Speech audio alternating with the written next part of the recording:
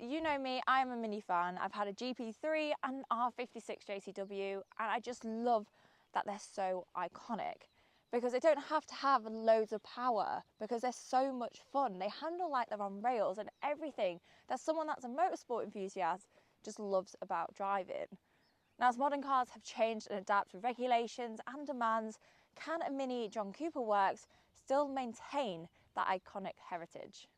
This Mini JCW features a 2-litre 4-cylinder engine, producing 231 brake horsepower and 380 Nm of torque, and an 0-62 time of 6.1 seconds, plus the OTR starting price is £32,170. Mini have kept the exterior relatively consistent. Now, I know with newer Minis across the board, you have noticed a big change at the back, specifically the lights, but it's still really obviously a Mini. And to be honest, I don't actually hate it. It's really grown on me. I think it's getting away from that big bubbly feel and more into sort of harsh lines and that motorsport styling. Now, being a JCW, we can see there's some very clear differences. We've got all the piano black here, black badges, and I'm really lucky to have this gorgeous red. So let's just delve into that a little bit. The latest JCW exterior has been described as a purist design, staying consistent with what is expected of a Mini John Cooper Works, but elevated to meet modern demands and high standards. They come standard with 17-inch JCW Sprint alloy wheels in black and a chili red exterior paint, plus aerodynamically shaped spoiler, but 18-inch JCW lap two-tone wheels are an optional extra alongside 6 other body colours. The interior is a massive shout out to the Mini JCW heritage. You've got little checkered flags everywhere, red stitching, and to be honest, it's probably one of my favourite things about the car because sometimes with the older models that I've had, the interior just lacked that little bit of being something special. Whereas this, you've got a 24-inch OLED display that's still in a circle, and again, it's that Mini feel that's very, very iconic. But it just, I don't know, there's something about this that it's comfortable, it looks really, really smart, but it gives you that massive shout of sportiness and JCW. And I think that's what I like so much about it. The interior is actually my favourite place with motorsport inspired design, including the red and black knitted dashboard, stainless steel pedals, all of this celebrating the brand's heritage and success on the track. The high resolution 24cm OLED display takes centre stage, offering a modern and practical upgrade to the classic design. Plus, all cars receive heads-up display, wireless charging and Harman Kardon, plus heated seats as standard.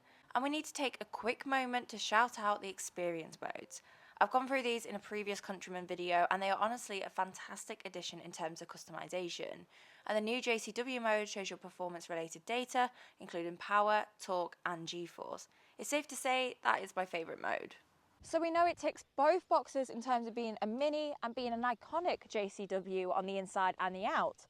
But the most important thing to earn that John Cooper Works badge is how does it drive? Straight away, I think I've already noticed how small the windscreens are in Minis. It's been a little while. I think I sold the GP3 6 months ago now. So I've been used to a bit of a bigger windscreen, but this is what I love about this car. It's small.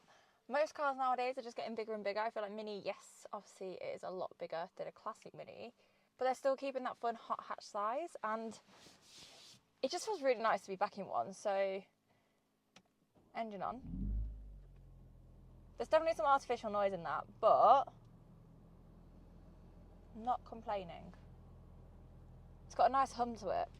John Cooper Works is such an iconic brand, not just for Mini, but I think in the car world in general. Obviously their racing heritage, the motorsport heritage, they know what they're doing when it comes to making excellent handling cars. And those of you that do know their cars, power isn't everything. Sometimes, especially on the roads, you want something that is more of a joy to drive, that you can push to the limits without getting to the speed limits in 3 seconds. And that's what Mini is all about. I noticed it massively with the GP3. It was a heavily track focused version, and it did miss out a little bit, but it was so much fun, and that's what I loved about it. And this is why I'm particularly excited to get back in a John Cooper Works. Now, I am in obviously the petrol version. There is an electric version available, which I might try and get my hands on later if I'm lucky. But it's just, I don't know what it is about minis stick you in go-kart mode. Ooh, instantly feel activate. Right. Oh, there's the bite there.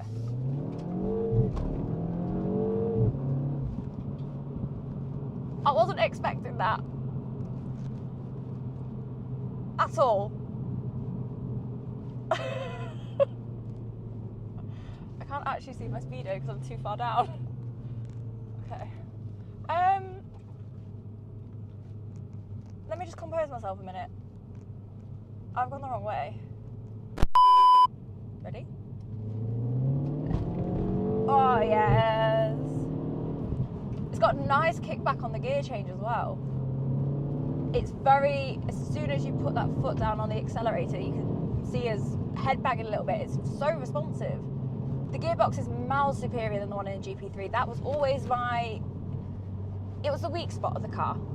Fantastic car all the way around, and it is a really good gearbox, but if anything was letting it down, it was that. It needed something a little bit more punchier to match the car, and I feel like this, it's working really nicely.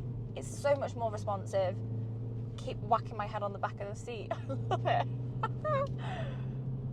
This is everything a John Cooper Works should be. Fun, exciting, putting a smile on the driver's face. That is, yeah, I'm really impressed. I was not expecting it that much at all. I was a little bit apprehensive because obviously having a GP3, that is the pinnacle of minis, and that's such a high expectation to have, and that was the last mini that I drove. So I feel like I was nervous this was going to be a noticeable step down, but actually, whatever Mini have done to this latest generation John Cooper Works, it is, they've done something special, because this is far superior than the previous generation, and they've kept everything that John Cooper Works is about. And in modern day, that's so difficult. Everyone is going the electric sensible route of SUVs. Obviously Mini now have the big Countryman, and that's absolutely fine. That's obviously what the consumers are wanting. But likewise, there's some of us, like probably you and I watching this video, great brakes, that do still want that bit of fun in their life. And I don't know where I'm going. Screw it, we'll go this way. And this just, it's perfect for that. And we have got the pops and bangs.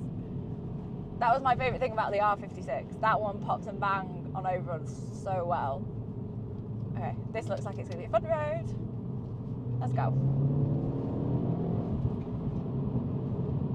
But it's handling really well. Obviously in go-kart mode, we are a little bit on the bumpier side of the suspension, but I don't mind it. It's so responsive, it's talking to me.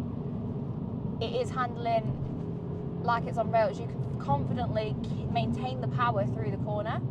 It's not trying to push you wide, it's not trying to understeer.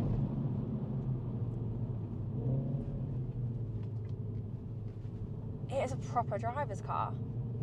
Now, I don't know if I've mentioned this in some of the B-roll before, but my other biggest issue with the GP3 was no parking sensors, no drivers. Yes, it's a track car, it's weight saving, everything like that. But when you're trying to use it as your only car day to day, and parking isn't your strong point in driving, you don't have to park when you race. That's my excuse. It was frustrating. It's fine. It was absolutely fine, but I would have preferred to have things like a parking sensor at least. Now, Mini have introduced obviously all the technology into this car. There's 4 different cameras and a bunch of different sensors. And it's just adding that driveability. That's a new word I'm going to use. It means you can park, you've got your safety features, all that modern day stuff, without affecting any of this fun bit. I love all the data on here, by the way. I'm hoping the GoPro will pick it up. Here we go. So nice and gentle on the throttle, round the corner, and it's just on rails. It's easy for it. It's so easy. I reckon one of these on a circuit, you'd have so much fun, because it's just taking it all in its stride. And I reckon it'd be a really good laugh. The character will really shine through. You're feeling the character now. If we go into manual, there we go. Oh yeah.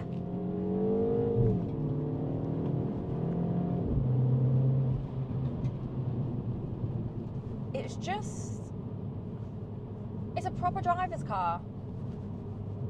There's not really much else to say. The suspension, fantastic. The handling, fantastic. Steering, it's got a little bit of weight to it. Maybe a little bit heavier would be nice, but that's just me being really picky. Day to day, that would probably get a bit annoying, but the front end is very, very responsive. The nose tucks in where you want it. You've got a little bit of lean of the weight through the corner. It's just great. Well, I think we definitely answered the question as whether the new modern day Mini John Cooper Works can earn that JCW badge. We already knew it did the exterior, we already knew it did the interior, but the drive is truly what blew me away. It is something that is raw and just proper in terms of the motorsport heritage. You can really, really tell all the design features that have gone into making this car drive incredible. And for someone like myself, if you're looking for that bit of modern day fun with some luxury and comfort, this is just perfect. It definitely has earned that John Cooper Works badge. So there we have it, guys. You know the drill. To make my journey your journey, like, follow, subscribe. I'll see you next time.